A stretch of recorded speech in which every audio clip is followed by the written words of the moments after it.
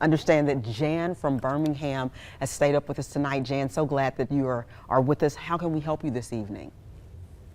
I'm calling in reference to my former husband. My son's dad died a few months ago, along about the same time that my other son passed away. It's been a really tough year.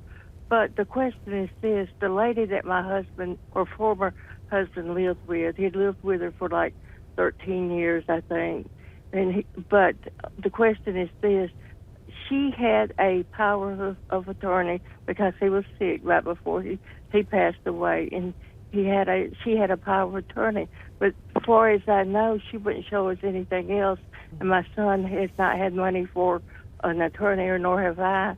But would this be anything that, since she only had a power of attorney when he was living, would this be anything that there's a lot of property I feel like should go to my son, a house worth over $200,000, a couple of old cars, just several things, and I'm just really disturbed about this. Oh, and one more thing: my husband's brother's ashes, she would not even give them back to my son, saying that the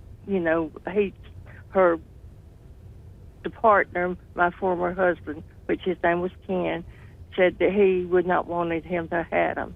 So there we go. That's where I guess I stopped for a moment. Do you understand her question, Marcus? I think I do. Okay. First of all, sorry to hear about your loss, especially in that short a period and you had two losses. There is an issue at this, is that the power of attorney you keep on making mention of obviously dies upon his death. What did she do with the power of attorney and his assets before he died? And was it a long-term illness, a short-term illness, that she had an opportunity to use that to transfer those assets over to her name? As far as your son, obviously if there was child support owed, you can see if an estate's been open and see if possible is a claim. Also, you may have a claim with the Social Security Administration for him and see what the child's father had paid in. And that would be another way to supplement the financial ability to take care of the child and to help the child. The question is, did he have a will or not? Second of all, is this lady going to declare she's a common law wife? That number of years, even though we don't have common law in this state any longer, there is an exemption for a period of time that you've lived together. And 12 years, just because it's 12 years, but that's before the new law went into effect, so you could probably see if that individual made a claim. What I would do is go to probate court. I would run your husband's name through, your former husband's name through, and see if a state's been open.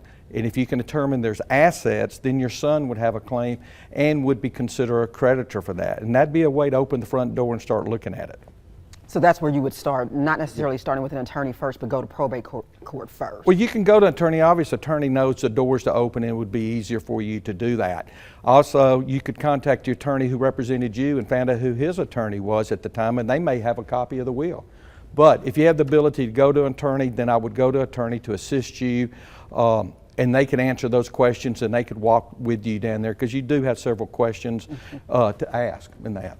Marcus, assuming someone doesn't have a will in that situation, and I didn't hear whether they were married or not, this gentleman and right. the second lady. I don't believe I heard that they were. I think she just said they were living together. So what happens here in Alabama if you die without a will, he's not remarried, in terms of the children our caller was talking about? Tell us about what happens to the assets. Well, Alabama's got it fixed in the probate court, where if he's married at the time or is not married and there's no will, there's a certain amount of monies in which the children will receive. If there's only children, no spouse, then the children will inherit his entire estate. You have to determine what relationship the children are with each other, if there's different women or different wives involved. Right. If he's married at the time and there's no will, Alabama does have an exemption for his wife, and then the children would come in and share equally with her at some point on a dollar amount. So Jan is definitely doing the right thing for her children. Yes. By pursuing this. Well, she needs to look at it and definitely pursue it, because she's never going to know, and while it's fresh, you go in, you look at it, before things disappear, will disappear, the house is sold, because she said something about a real estate. Right. And so that's not that easy to transfer. Wow. Great advice. Absolutely. Great advice.